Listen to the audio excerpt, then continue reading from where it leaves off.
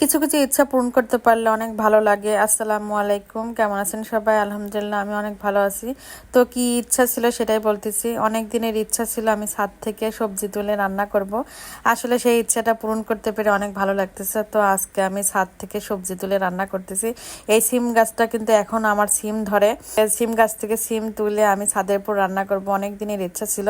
তো এই গাছটা আমি টবের ভিতরে লাগাইছি, গাছটা হয়েছে এবং সিম ধরছে। আমার কাছে এত ভালো লাগছে।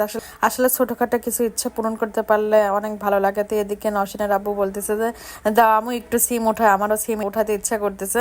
তো সিম উঠায় নিয়ে আসার পরে যে ওকে দিছি হচ্ছে সিম ছিলার জন্য আমি একটু নিচতলাতে গেছিলাম। এর মধ্যে দেখেন সিমের বিচি বের করছে। সিমগুলো কিন্তু সবগুলো কচি ছিল। ও যে কেন এই কাজটা করছে আমি এসে বলতেছি, আর বলতেছে যে আমি ভাবছি যে সিমগুলো বেশি বাড়তি হয়ে গেছে, এই জন্য সিমের বিচিগুলো নিচ্ছি।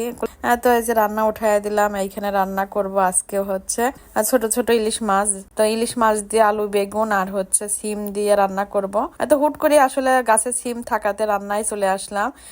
ওইরকম আয়োজন ছিল না, কিন্তু তারপর আমার যে ইচ্ছাটা পূরণ হচ্ছে এতে আমার অনেক ভালো লাগছে। আসলে সিম গাছে সিম তো না ধরলে এই ইচ্ছাটা তো পূরণ হতো না। গাছে সিম ধরছে দেখে ইচ্ছাটা পূরণ করতে পারলাম। ইলিশ মাছ তরি তরকারি দিয়ে রান্না করলে কিন্তু খুবই ভালো লাগে। আলু বেগুন বা সিম অন্য অন্য তরি তরকারি দিয়ে রান্না করলে খুবই ভালো লাগে। হচ্ছে সবকিছু ধুয়ে রেডি করে মশলা কষিয়ে নিয়ে তার মধ্যে দিয়ে দিলাম। এর মধ্যে দেখেন ও বিচিগুলো তারপরে বের করে দিচ্ছে। সিমগুলো কিন্তু সবই টাটকাই ছিল, তারপরে ও এই কাজগুলো করছে। তাই আমি বলছি সিমগুলো বিচি তোমাকে সবগুলো তরকারি থেকে খুঁটে খুঁটে তোমার পাতে দেওয়া হবে।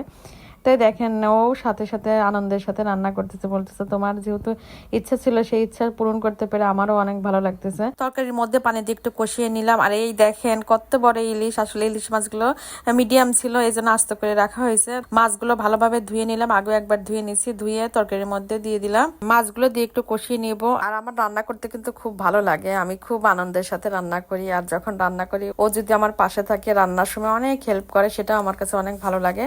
তো এখন যে একটু কষিয়ে নিয়ে পানি দিয়ে দিলাম ঝোলের জন্য। এই তরকারিটা মাখিয়ে রান্না করলেও অনেক মজা লাগে। মাছ রান্না শেষ, এখন এখানে ভাতও রান্না করবো। তো এই যে ভাত উঠাই দিচ্ছে। অনেক দিন ধরে মাটির পাতিলগুলো কেনা হয়েছে, কিন্তু কোনো সময় রান্না করা হয় না। মাটির পাতিলে ভাত নাকি অনেক মজা লাগে। এদিকে নওশিনের আব্বুর খুব ইচ্ছা মাটির পাতিলে সে ভাত রান্না করে খাবে, এই জন্য দেখেন যে ভাত আমি রান্না করে নিয়ে আসছি। যেহেতু চুলায় রান্না করতে সময় লাগবে। আর তরকারি রান্না করা হয়েছে, দেখেন কালারটা কত সুন্দর হয়েছে। তো রান্না আমাদের শেষ। ও অনেকক্ষণ চেষ্টা করে ভাত রান্না করে নিয়ে আসছে, অনেক দেরি হয়ে গেছে। তা আমি বলতেছি যেটুক ভাত রান্না করছি এটা তোমাকেই দেবো, আর আমি ওই রাইস কুকারে ভাত আছে সেখান থেকে খাবো। তো ভাত তরকারি বেড়ে দিচ্ছে। সত্যি আজকে পিকনিকের মতনও লাগছে যে ছাদের উপরে খাওয়া দাওয়া করতেছি। এখানে খাওয়ার সময় বলতেছে মাটির পাতিলের ভাত খেতে খুবই মজা। ভিডিও ভালো লাগলে লাইক কমেন্ট শেয়ার দিয়ে পাশে থাকবেন। সবাই ভালো থাকবেন। আল্লাহ হাফেজ, আসসালামু আলাইকুম।